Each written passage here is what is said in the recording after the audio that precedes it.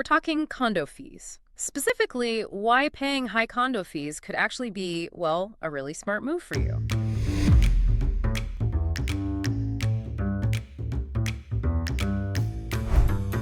Okay, let's get into something today that might feel a bit backwards at first. We're talking condo fees. Right. Specifically, why paying high condo fees could actually be, well, a really smart move for you. Yeah, it sounds counterintuitive, doesn't it, compared to grabbing that place with the super low fees? Exactly. We're basing this deep dive on some interesting material, condo fees and reserves, a modern guide, and also a new note.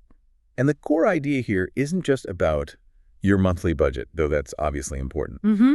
It's really about the bigger picture.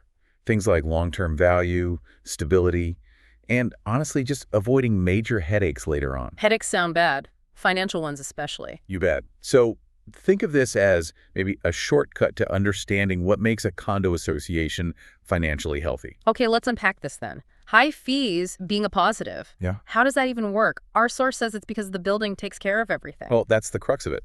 Often those higher fees mean the building has really robust reserves. Reserves. Okay, so like a savings account for the building. Yeah. Exactly. A dedicated fund just for the big stuff.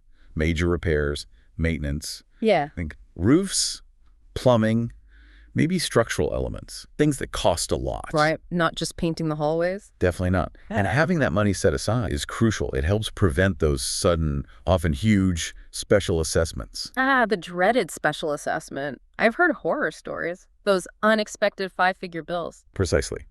So strong reserves, often funded by those higher fees, mean proactive planning instead of, crisis management. Okay, that makes sense. But here's where it gets really interesting, especially for you listening. The source mentioned new Fannie Mae rules. Yes, that's a key development, specifically for condo buildings with more than 4 units. Okay.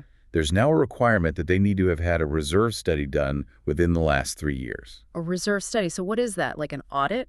Sort of, but more like a physical and financial checkup for the building itself. Experts look at all the major components, the roof, the elevators, the siding, whatever. And they figure out how long everything will last. Exactly. How long it's expected to last, when it will likely need replacing, and crucially, how much money the association should be setting aside each year to pay for it when the time comes. Wow, okay. So that rule pushes for more transparency. Transparency and proactive financial planning, yeah. It connects directly back to that stability we talked about. It makes it a safer bet for you, the buyer. And this isn't just theoretical, right? The source mentioned something about an act in California dealt with balconies. Absolutely. That California legislation, which came about after some tragic structural failures. Right.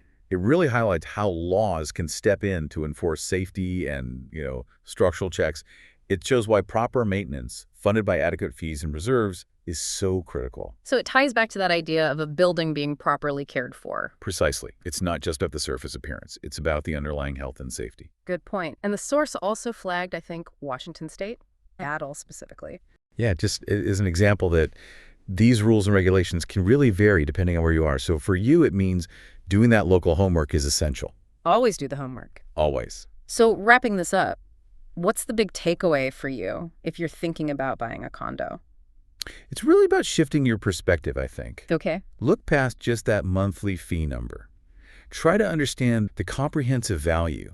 What are you getting for those fees? Is it security? Is it proactive maintenance? Is it avoiding those potential nightmare assessments? Right. It's about long-term peace of mind, maybe, more than just short-term saving. Exactly. Peace of mind and protecting your investment. So maybe the final thought for you to consider is this. When you're looking at condos, how do you personally weigh that immediate saving from low fees against the potential future risks? The risks that come with maybe not having enough in reserves or putting off needed repairs. That really makes you think, doesn't it? What is the true cost of going cheap on potentially the biggest investment you'll make? That's the million-dollar question, isn't it?